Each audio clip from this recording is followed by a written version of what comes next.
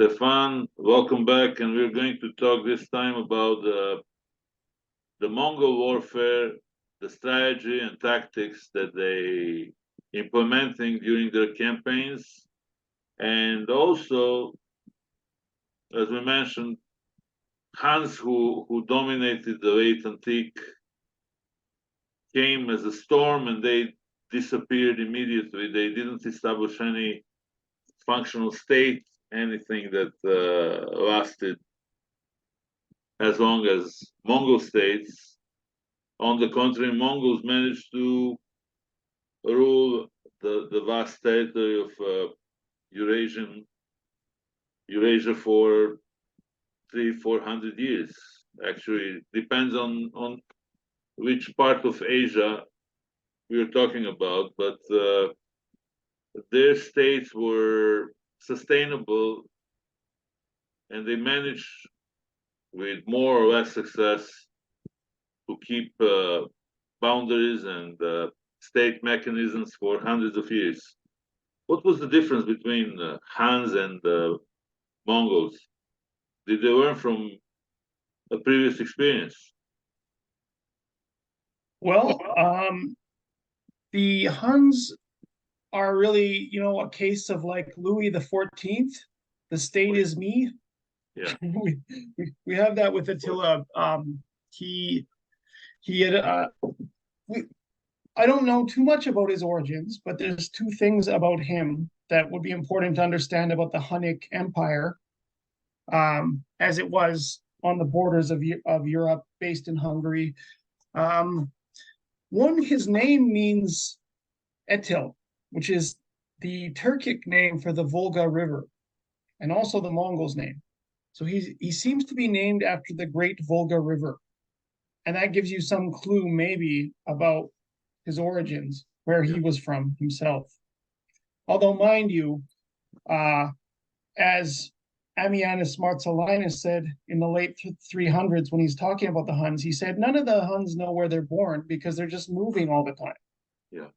They don't really have a homeland or a birthplace, but maybe that Etel River, the Volga River, was where he was born. Maybe that's why he was named after it, or maybe the wagons of his clan or whatever traveled up and down the Volga.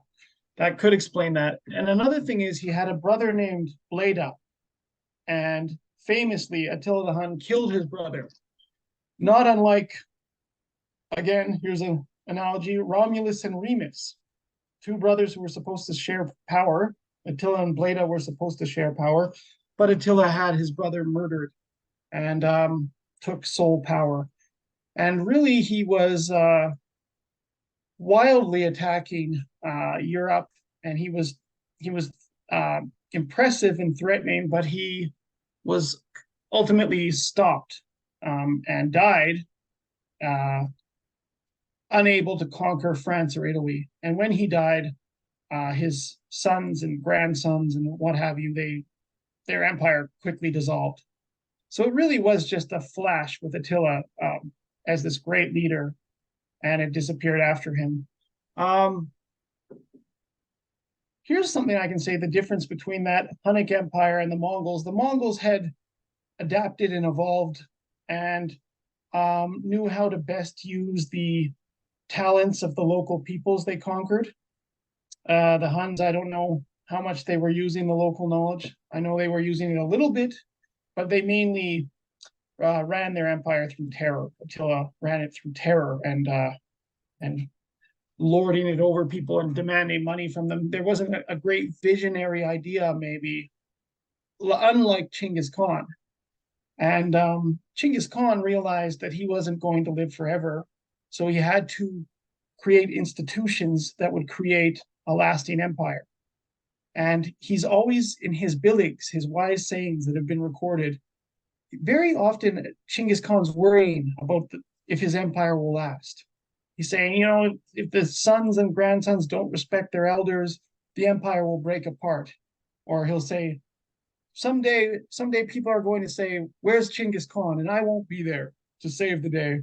So he was always thinking, how do you make an empire last?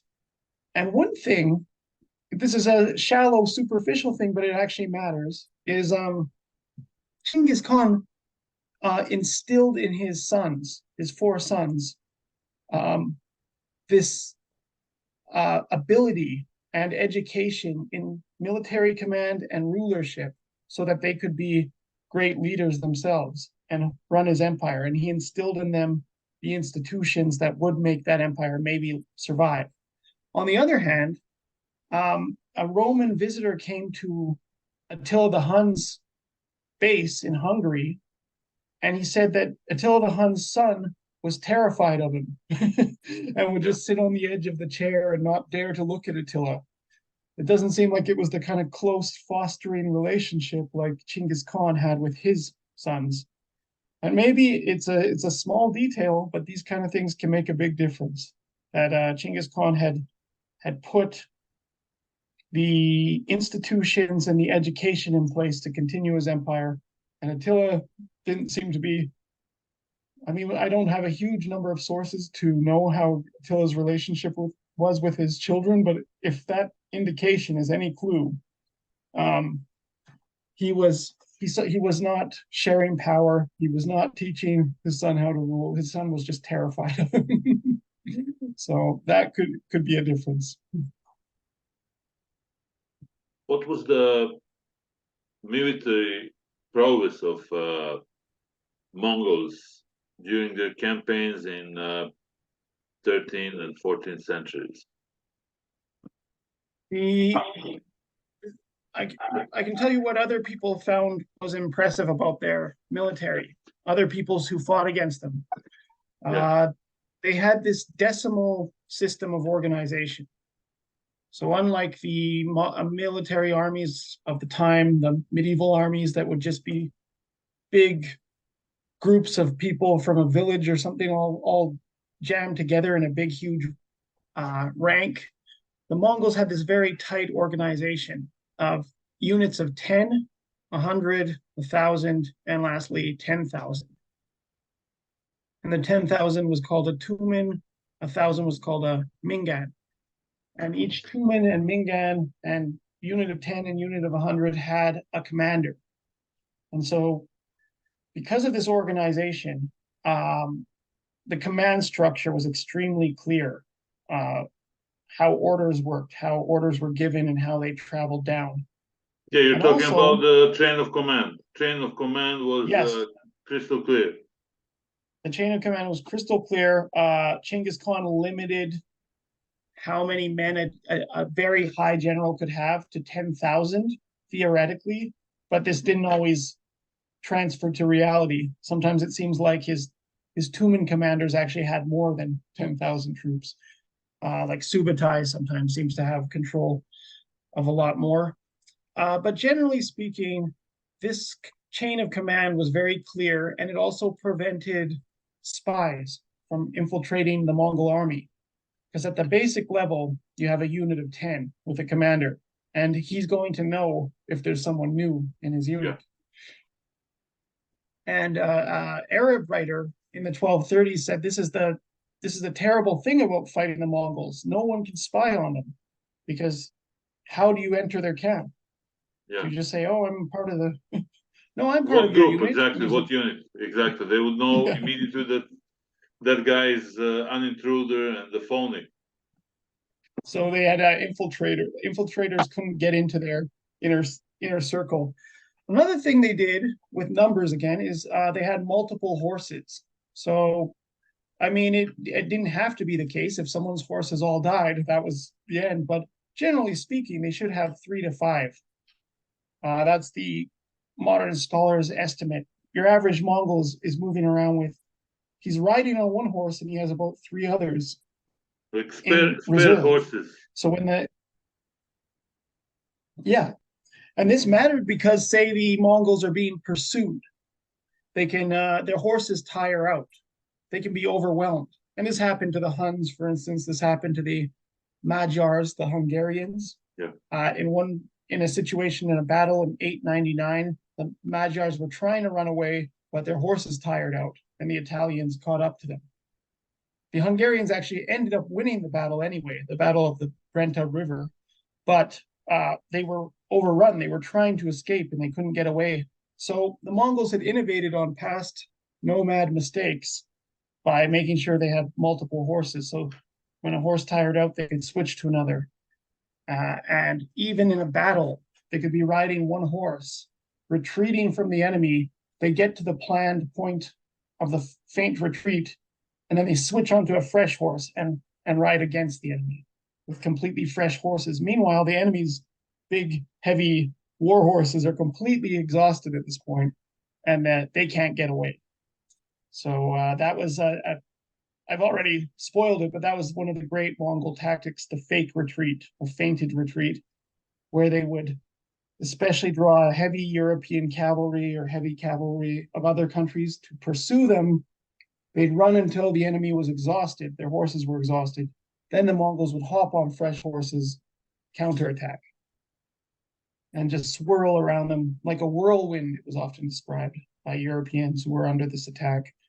The Mongols would move around them like a whirlwind, just firing arrows.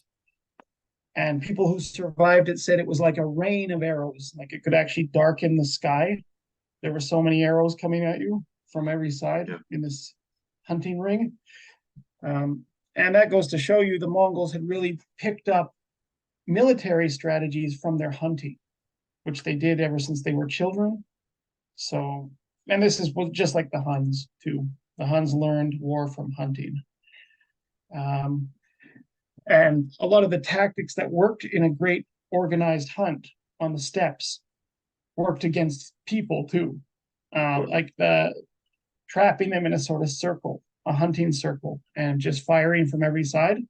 The Mongols would practice this big, huge hunting coordinated hunts where they would drive many animals, not just one, just hundreds of animals, and they would slowly close the circle.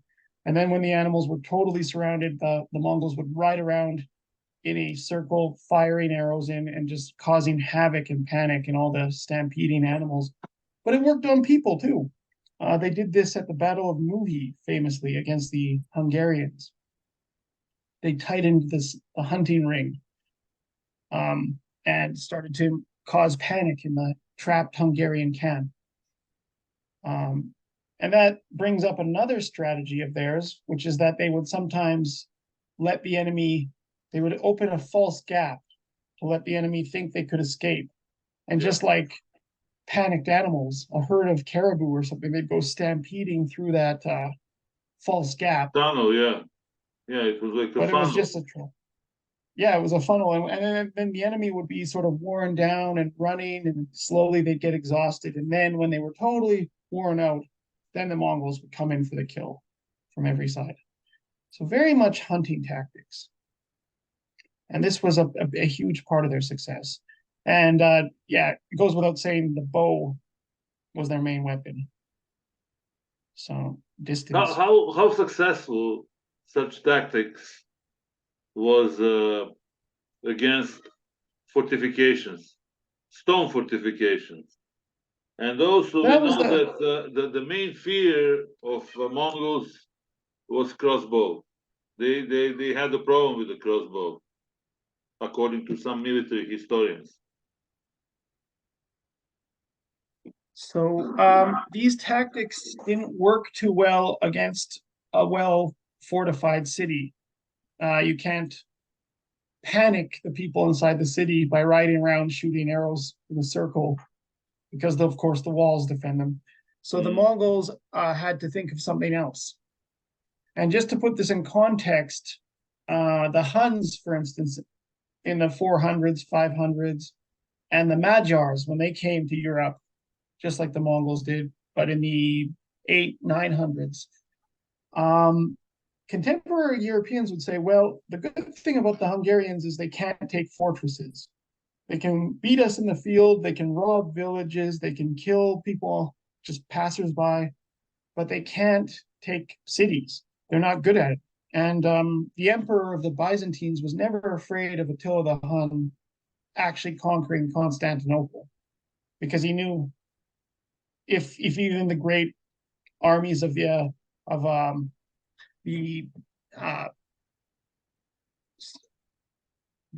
sort of peoples with ships could not take the Byzantines, being able to even access the sea. He didn't have to worry too much about uh, Attila, because who was just had a nomadic land-based army. The Mongols were a different story though, because quite early on, Chinggis Khan had recognized he was a bit of a visionary, military visionary. He recognized you're not going to get very far in great conquests if you don't know how to take cities and forts, because after all, northern China, the Jin dynasty had these strong, fortified, walled cities. So he had to quickly find a way to deal with that. So what the Mongols did was they borrowed the expertise of other countries, other peoples, like Chinese, some Central Asian peoples who had knowledge of how to make catapults and artillery.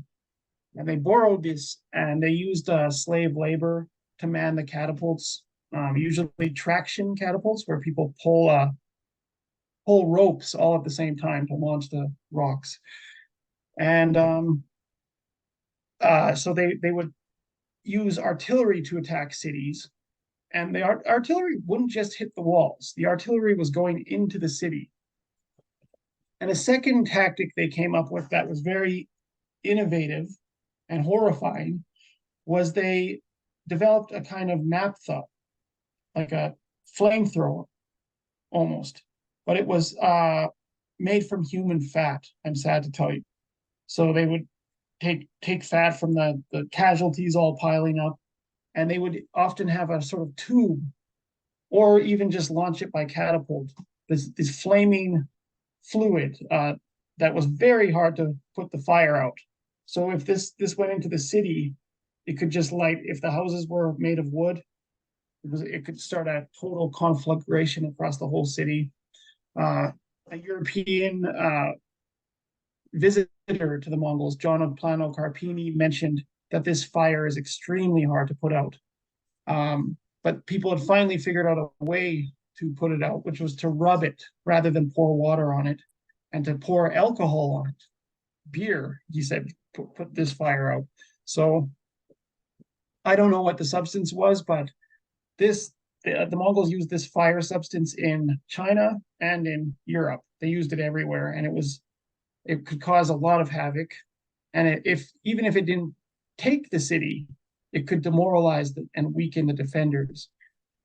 And then the other thing they did, the Mongols would assault the city just with ladders. But an interesting cultural aspect of this is that even very high up ranking elite commanders were expected to take part in these assaults. And so, for instance, Subutai led the assault on a city in China or Inner Mongolia today, but it was part of the Jin dynasty, and he was the first one up the wall. But that wasn't totally unusual. Many great commanders of the Mongol army are recorded as being the first one to the top of the wall. And in one case, in Alania, fighting against the Alans in the northern Caucasus, a Tangut commander in the service of the Mongols climbed up the wall of an Alan city, and all his troops rushed to follow him because they were inspired by it. So I think that shows you why a Mongol leader, even an important one like a prince, would risk his life climbing up the wall. And it's because it was expected. Because it was expected when Mongols couldn't fight in their usual cavalry archery way in the open field. It was expected that the leaders show by example how to get up the wall and storm the fortress. And so they were pretty successful at taking fortresses. I don't want to underestimate them, but like you said, the crossbow was a very frightening weapon to the Mongols because it had an amazing power to it, especially these European crossbows of the 1200s. And we know of at least a few cases where the Mongols were attacking a fortress like Klis in Croatia, or they attacked Székesfehérvár in Hungary and Esztergom the citadel of Esztergom, and they were defeated by kind of ballisteri is the word in Latin, but this is crossbowmen, artillerymen, but it's crossbows in this case.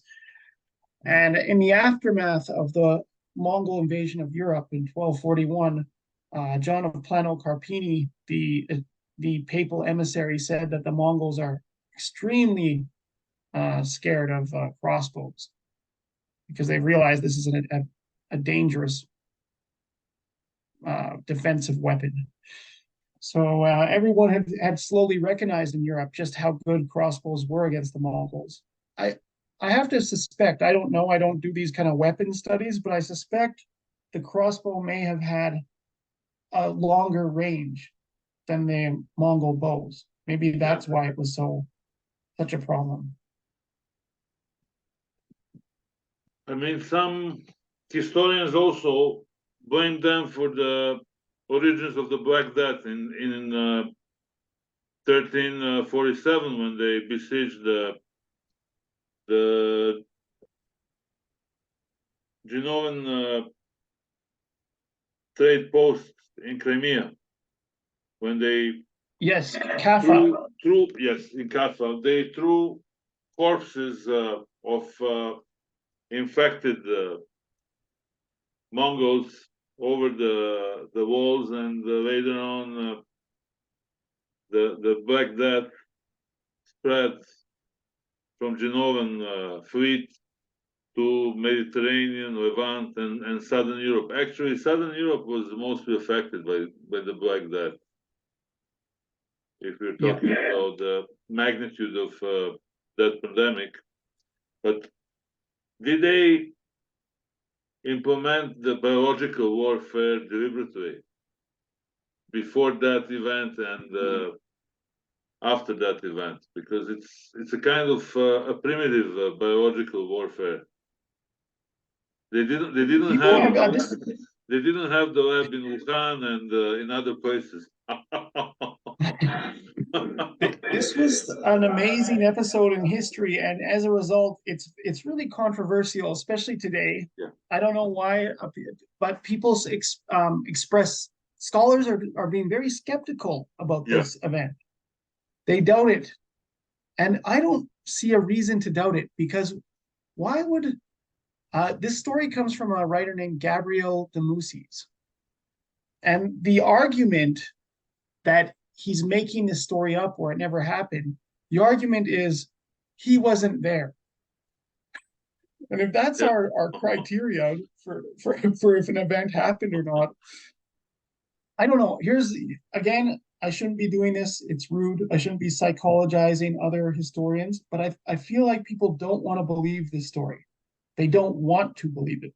Some historians have rejected the story out of a distaste for this story. Mm-hmm. But I'll tell you my perhaps wrong. I can't say I'm right for sure, but here's my opinion. I think it is true, because how would the Italian writer make that story up?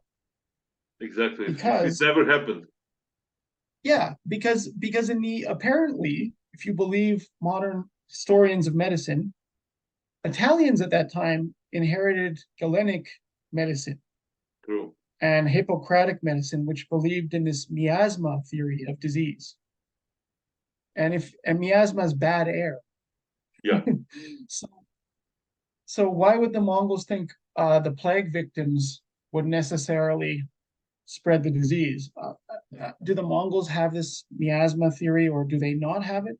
I feel like the Mongols didn't have the miasma theory, and what they thought, they have a more accurate concept of contagion. When a Mongol got sick, according to John of Plano Carpini, they would go away from the others and be isolated in a tent. Yeah.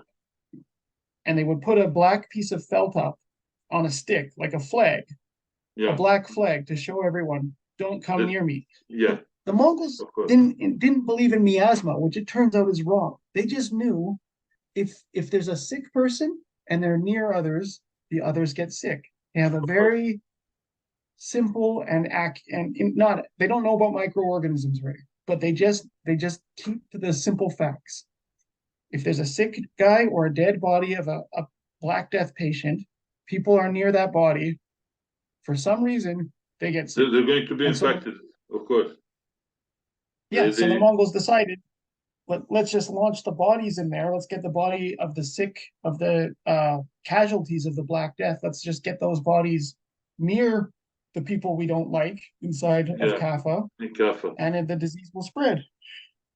But if they didn't have any Galenic theories about why it happened or And really actually, the ships that left Kaffa spread the Black Death exactly on the route to different ports and different territories of the Mediterranean and the southern Levant. So there's no exactly, coincidence. Most there's likely, actually, they managed to infect the whole Europe and the Mediterranean basin with their biological warfare. I really think they did, and I think maybe people don't like that story because they think, oh, come on, the Mongols already get, enough of a bad reputation. We don't need to add the spreading of the Black Death to their Yeah, long list of accusations. But the problem is, one of the arguments that this incident described by Demusis didn't happen. They say it didn't happen because Black Death was already in the area of Constantinople. Well, mhm, the Genoese ships have to pass through the Bosporus yeah, anyway. Like, of course. if there's a bunch of ships, if one of them stopped there, I just think that's not a convenient Also, way to. Black Death was detected in Asia few decades before the pandemic, which hit Europe and Mediterranean in 1340s, in 1347, 48, and in later Yeah, years. So the Black Death already existed in Asia, and of course it spread through the fleet or through different trade posts on the well-known Silk Road. So that yep. interconnectedness also affected the spread of the plague. How Mongols, now we're going back to the military matters, how they managed to maintain borders and to establish institutions, because as we said in the beginning, they managed to have more sustainable and long-lasting empire than Khans and some other nomads. I think there's a few reasons. One is that Chinggis Khan was such an inspiring figure, and if you could claim descent from him, this was sort of a magical thing that made you fit to rule. It was almost like the divine right, because Chinggis Khan, like the European divine right of kings, because Chinggis Khan had a religious component to his whole uh, conquest. It wasn't just I'm a guy, I'm a good general, trust me, I'll we'll win the battles and I'll give you some plunder. That's a Yeah, typical nomad leader, perhaps. yeah, But Chinggis Khan said, I have a divine mission, and he had a shaman with him who used to be his good ally named Teb Tengri. And this guy was a very convincing shaman to the Mongols. And he would say, this is back in the early days, before the Great World Conquest. This is before 1206, I think. yeah, But Teb Tengri, or around 1206, Teb Tengri would say, Chinggis Khan is, or Temujin, his original name, Temujin is destined to rule the world.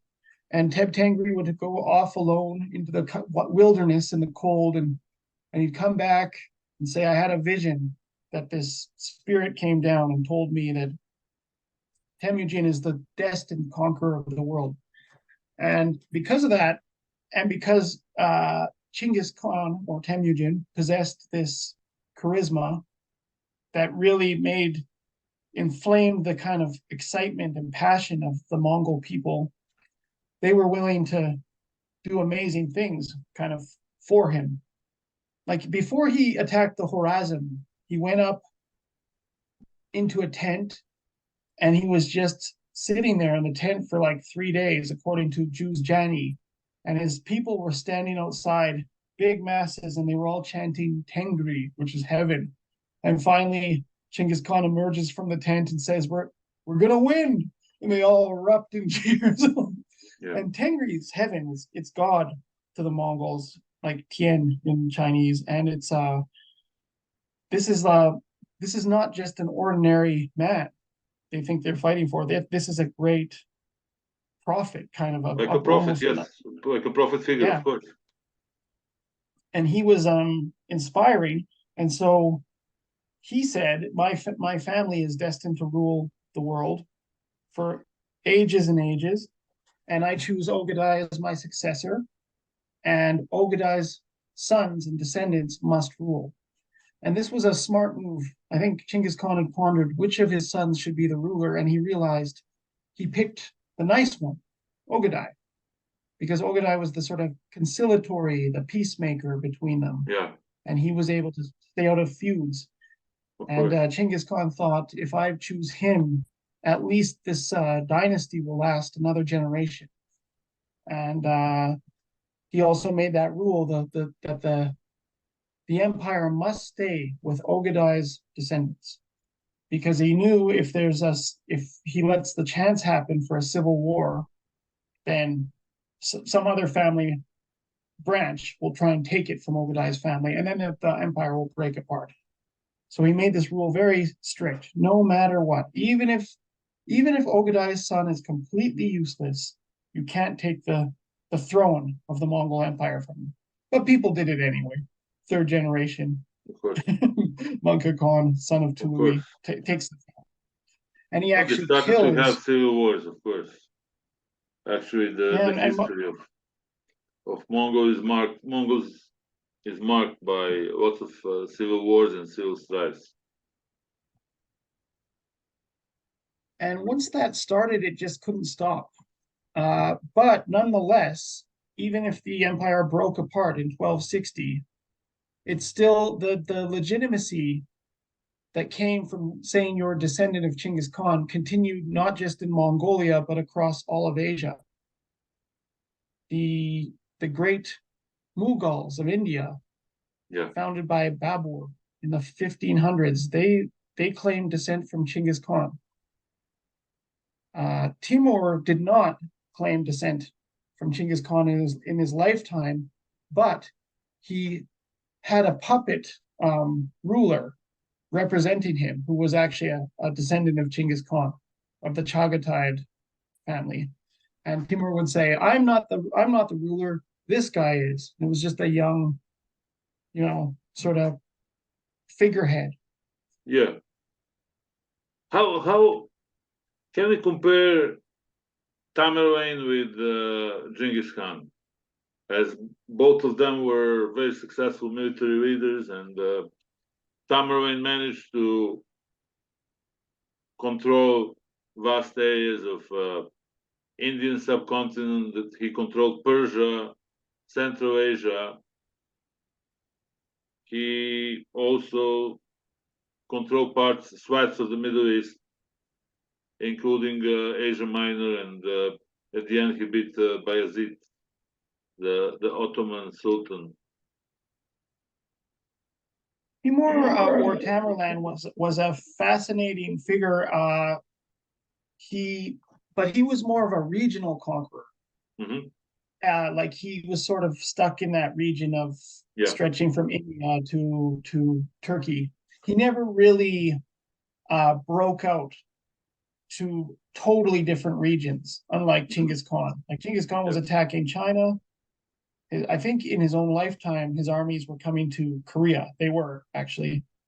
So from Korea to Russia yeah, to basically the Near East, yes, Genghis Khan's armies were already in 20 years getting across the whole of Eurasia. yes. Timur, though, was a terrifying adversary, and wherever he went, he defeated his opponents. Um, and he lived to an old age like Genghis Khan.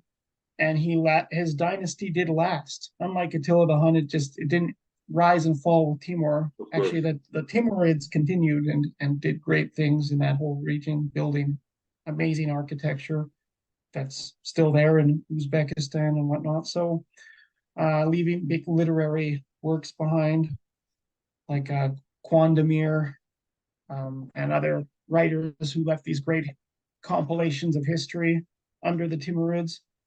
So Timur, like Chinggis Khan, had left behind a legacy. In that way, they're similar. They both died peacefully, which is surprising considering how they lived. I'm going to send you another link in a few minutes. Thanks. Because now this one will expire. See you in a while. Yeah.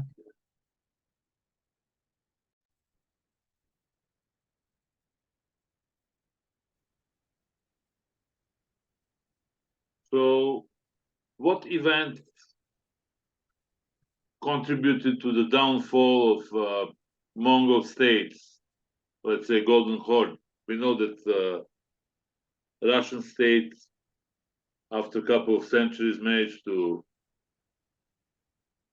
defeat Golden Horde, and actually they took over from the Golden Horde and started their expansion in Eurasia, which lasted during Romanovs. Well, the Golden Horde lasted a long time. So the official end, according to historians, is the official end of control over Russia is 1480. That's when Ivan III of Muscovy simply refuses to pay the Horde anymore.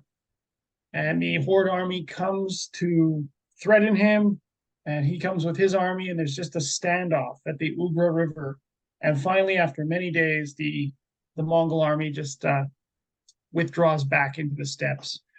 And at that point, Muscovy, Moscow state, was free to pursue its own agenda and gradually swallow up all the other Rus cities. They swallowed up everything from Poland to Japan and China. Yes. Yeah. Including Finland and Caucasus. So actually, their territory was even bigger than the Mongol Empire. It was, although mind you, if the Mongols also can be seen as claiming the north, then the Mongol Empire was bigger. So true. But what happened there? There's no real decisive event that happened that weakened the Horde. It was just a series of problems and that affected it over many centuries or decades. But what you could say is that there was a lot of trouble in the Horde. There was a lot of political trouble in the late 1200s in the Golden Horde, as these different princes assassinated each other and what have you, and Nogai sort of operated as this shadowy figure who guy behind the scene. Yes, he was de facto ruler, but officially he wasn't. And so he caused a bit of trouble, and he was ultimately killed by a Khan, Toktoa, a Golden Horde Khan. But in the 1300s, the troubles actually got worse for the Golden Horde. There seemed to have been social and economic and environmental problems. And I'm not one of these people who's trying to relate their environmental problems to today and say, oh, it's a warning for us. Nothing like that. But they did have some serious environmental challenges in the so-called Little Ice Age. This is when the 1300s, 1400s, all the way to 1700, there was unusual cold weather, and that this seems to have affected the Golden Horde. The weather changes and environment changes. And one of those major problems for the Horde was flooding. that may have been related to the Caspian Sea flooding, and then the Volga would flood.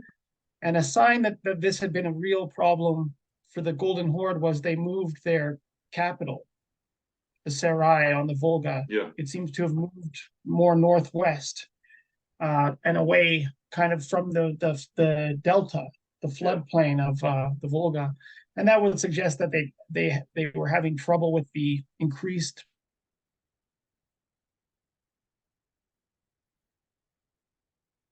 water everywhere. Mhm.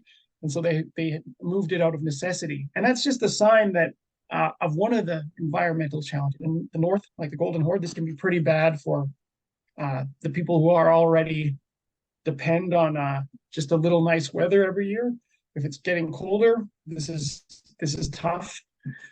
And we know from Christian missionaries who were in the Golden Horde in the 1300s, Roman Hautala's articles have looked a lot at these statements by these people. Things were really tough for your ordinary Tatar in the Golden Yes, Horde. The average person there was living there was a lot of poverty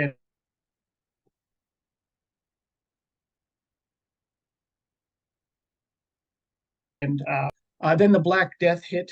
So things were going quite well in Ozbeg Khan's reign in the up to about 1340s. But in Janibeg's reign, there's the devastations of the plague, and in Ozbeg's actually. But this starts to catch up with the Horde. It begins to fragment.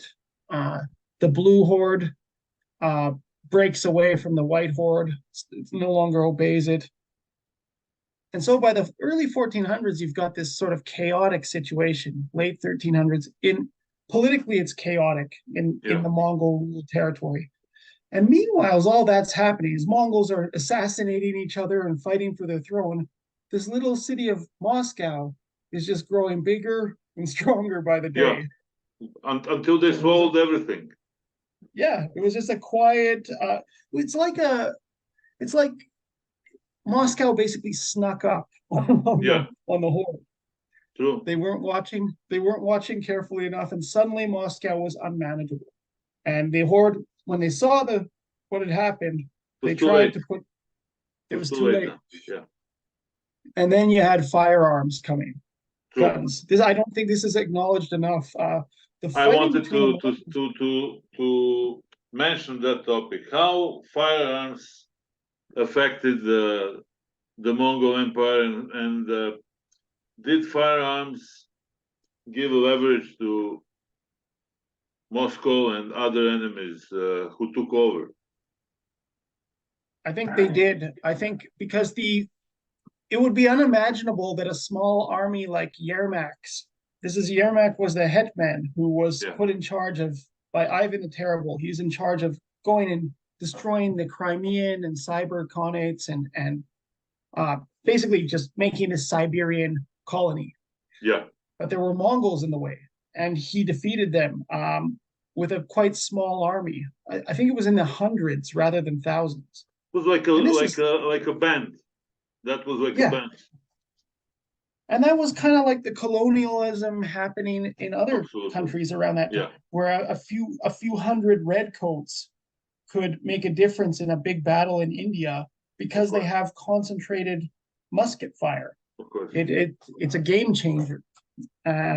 So I think these the conquest of Siberia was made possible so quickly by firearms. And I have read about the fall of Kazan, the great capital of the Mongols in that time, in the 1500s. Ivan the Terrible conquered it. But I didn't pay much attention to the weaponry. But I hypothesize that gunpowder weapons played a big role in breaking through Kazan and the Russians taking the Mongols. Really, the gun powder was a big ally for all Europeans in that period of European expansion. We're talking about late 14th century, 15th century, 16th century, 17th century, 18th century, when actually Europe took over. Before that, Europe wasn't a global player compared to Mongols, compared to China or India. And even economically, they were behind these centers. But in the last 600 years, they expanded partly because of firearms. And I think it's underestimated. I'm not portraying this black and white, saying that let's say European expansion in North and South America was more brutal than Russian expansion and conquest of Siberia. In Siberia, they also managed to overpower local people and enslave local people. They Russified them later on, like they anglicized people in colonies. But yeah, I think that gunpowder was a game changer.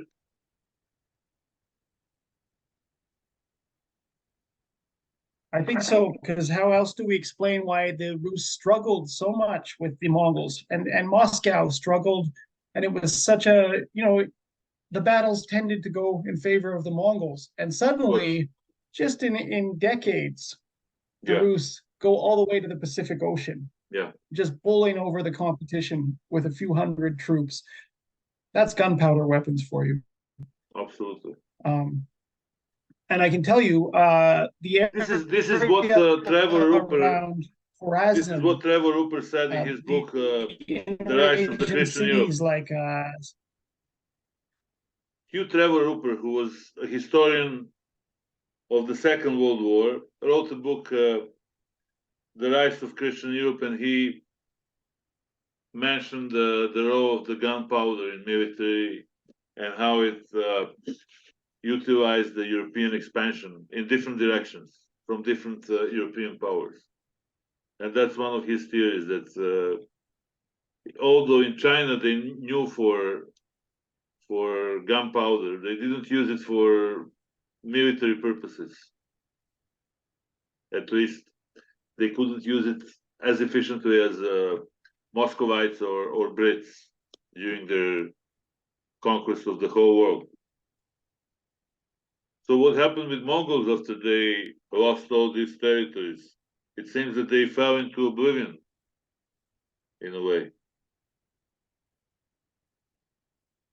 it's yeah, what's interesting is that people acknowledge the importance of gunpowder weapons for the conquistadors, for instance, Yeah, against the Inca and Inca and Aztec. And we know about the importance of gunpowder for conquering the Zulus. And in India, it was important. And the Opium War, we know that these British naval ships just blew the smithereens out of the Qing Navy.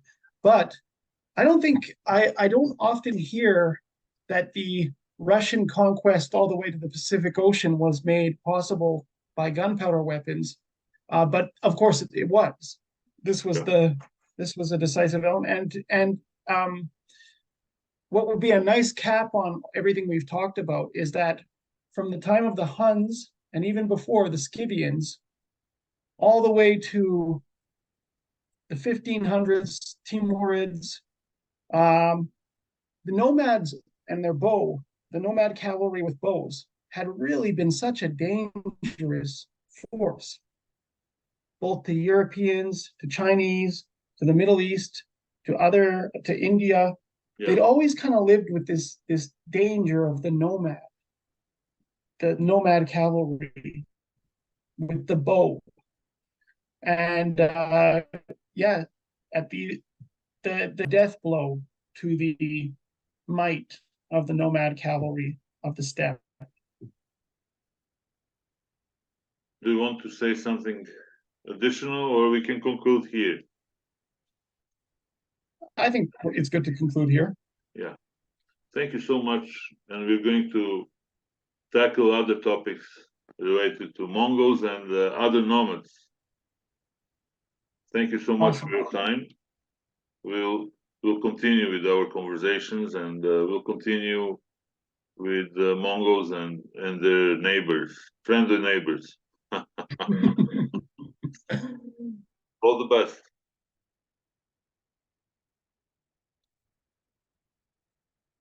Thanks a lot. See ya. See ya.